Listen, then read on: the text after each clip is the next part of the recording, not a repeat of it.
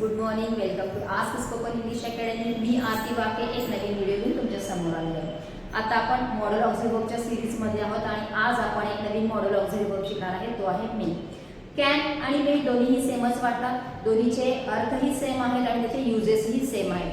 फरक काय आहे तर कॅन हा इनफॉर्मल होता, तो तुमच्या फ्रेंडसोबत यूज करू शकत होता, तुमच्यापेक्षा जे लहान होते त्याच्यासोबत यूज करू शकत होता. पण मे कसा आहे, पोलाइट आहे आणि फॉर्मल आहे. तुम्ही जेव्हा प्रोफेशनमध्ये काम करत असाल, प्रोफेशनल रिक्वेस्ट करत असताना, अकॅडमिक रायटिंग करत असताना पोलाइटनेस दाखवण्यासाठी आपण काय करत असतो, मे या मॉडेल ऑक्झिलरी वर्बचा वापर करतो. सेम अर्थ आहे करू शकणे. वाक्यामध्ये जेव्हा त्याचा अर्थ होतो ते होतो करू शकतो. वाक्याच्या सुरुवातीला येणार आहे सब्जेक्ट, मग येणार आहे मे.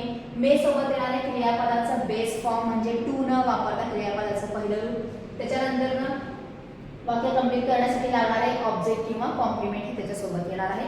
करू शकतो या अर्थाने आपण याचा वापर करतो. एकच मॉडेल ऑक्झिलरी वर्ब आहे, पण त्याचे वेगवेगळ्या ठिकाणी वेगवेगळ्या अर्थाने वेगवेगळे वापर केले जातात. ते कोणते आहेत ते बघूया.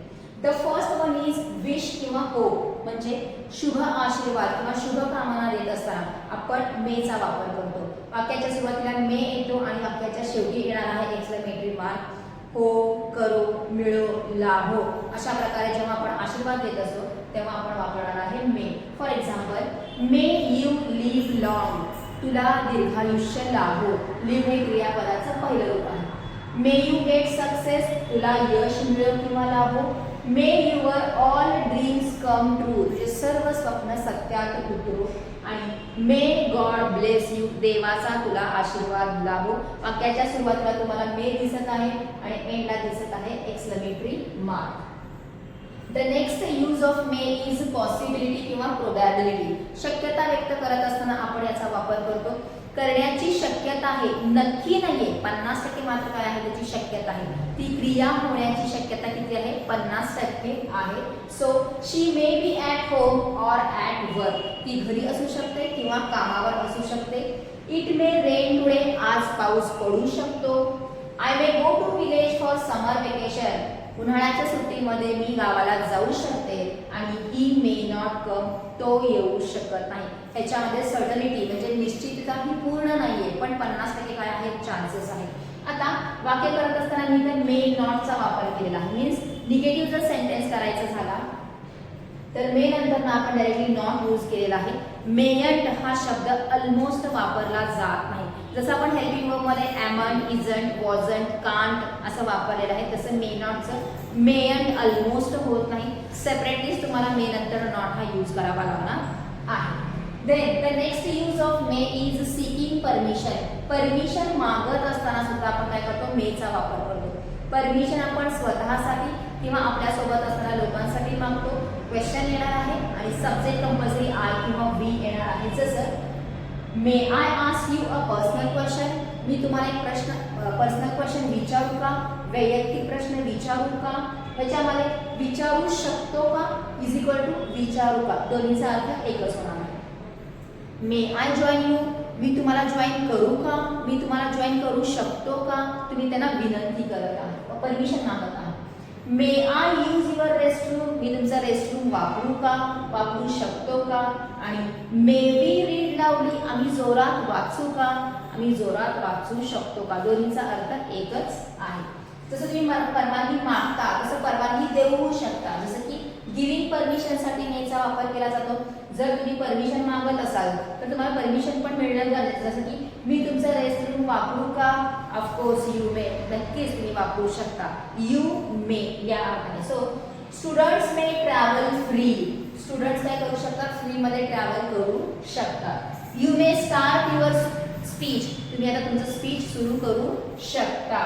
You may take whichever you like, तुला जे पाहिजे ते तू घेऊ शकतोस. आणि you may begin your exam, तू तुझी परीक्षा सुरू करू शकतोस. म्हणजे पुढच्या व्यक्तीने जेव्हा आपल्याला परमिशन मागितलेली आहे तर लगेच आपण त्यांना काय करतो, परमिशन देत आहोत.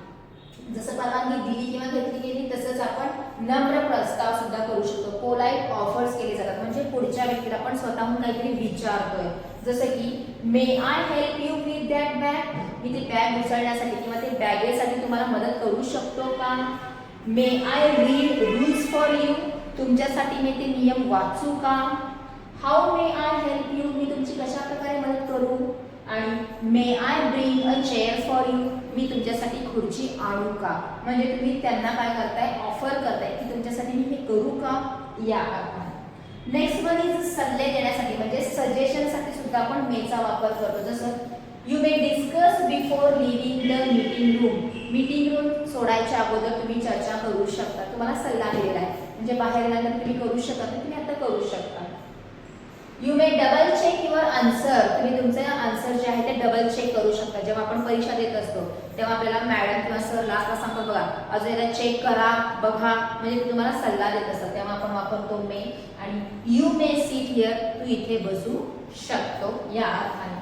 दे रिक्वेस्ट, विनंती करत असताना सुद्धा आपण मेचा वापर करत असतो. जसं की may I have the bill please, मला बिल मिळेल का. May I have your attention please, म्हणजे सगळे बोलत बसलेले आहेत आणि तुम्हाला एखादं काहीतरी सुरू करायचं असेल तर स्टार्टिंगला आपण काय म्हणतो, may I have your attention please, थोडंसं लक्ष द्याल का. May I get some water, मला थोडंसं पाणी मिळेल का. आणि may I use your book, मी तुमचं पुस्तक वापरू का. इथं प्रत्येक वेळेस शकतो हा शब्द यायलाच पाहिजे असं नाही. बोली भाषेमध्ये बोलत असताना जे सेंटेन्सेस आपण मराठीमध्ये यूज करतो तसेच इंग्लिशमध्ये वापरायचं आहे आपल्याला. म्हणजे मला थोडं पाणी मिळू शकतं का, तेच आहे अर्थ. आणि मला थोडं पाणी मिळेल का, तेच अर्थ होणार आहे.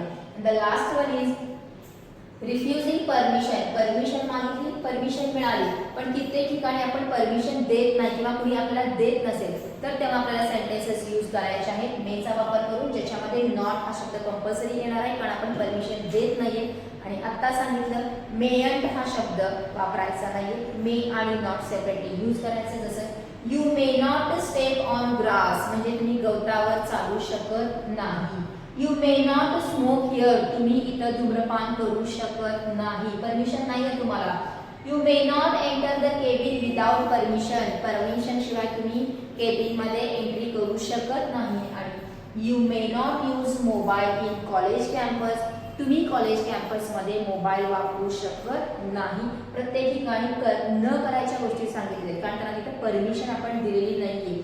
आत येऊ का, याच्यामध्ये परमिशन होती मे आय कम इन सर, येण्याची असेल तर यस यू मे, आणि नसेल तर नो यू मे नॉट. अशा प्रकारे आपण काय करू शकतो, उत्तर देऊ शकतो. मीन्स एकच मॉडेल ऑक्झिलरी वर्ब आहे. वर्बचे जेव्हा आपण सेंटेन्सेस केले सेंटेन्स फॉर्मेशन पण सेम आहे, पण जेव्हा आपण तो सेंटेन्स लिहितो, वाचतो किंवा बोलतो त्याच्यातून त्याचा वापर कशा प्रकारे होतो हे त्या युजेस मधून आपल्याला काय आहे कळणार आहे. So this is for today. Again मी थोडंसं साईडला होते, स्क्रीनशॉट काढून घ्या, लिहून घ्या आणि प्रत्येक युजचे स्वतः काहीतरी सेंटेन्सेस करा. दररोज तुम्ही मे बी कॉलेजला जात असाल, जॉबला जात असाल, शाळेला जात असाल, हाऊसवाईफ असाल, तर हे सगळे जे काही तुमचे कॅरेक्टर्स आहेत ना, तुम्ही ज्या रोलमध्ये आहात त्या रोलमध्ये आपण मे हा मॉडल ऑब्झर्व कशा प्रकारे यूज करू शकतो त्याकडे थोडंसं लक्ष द्या, ऑब्झर्व करा आणि बोलत असताना त्याचा वापर करा. So this is for today. Thank you.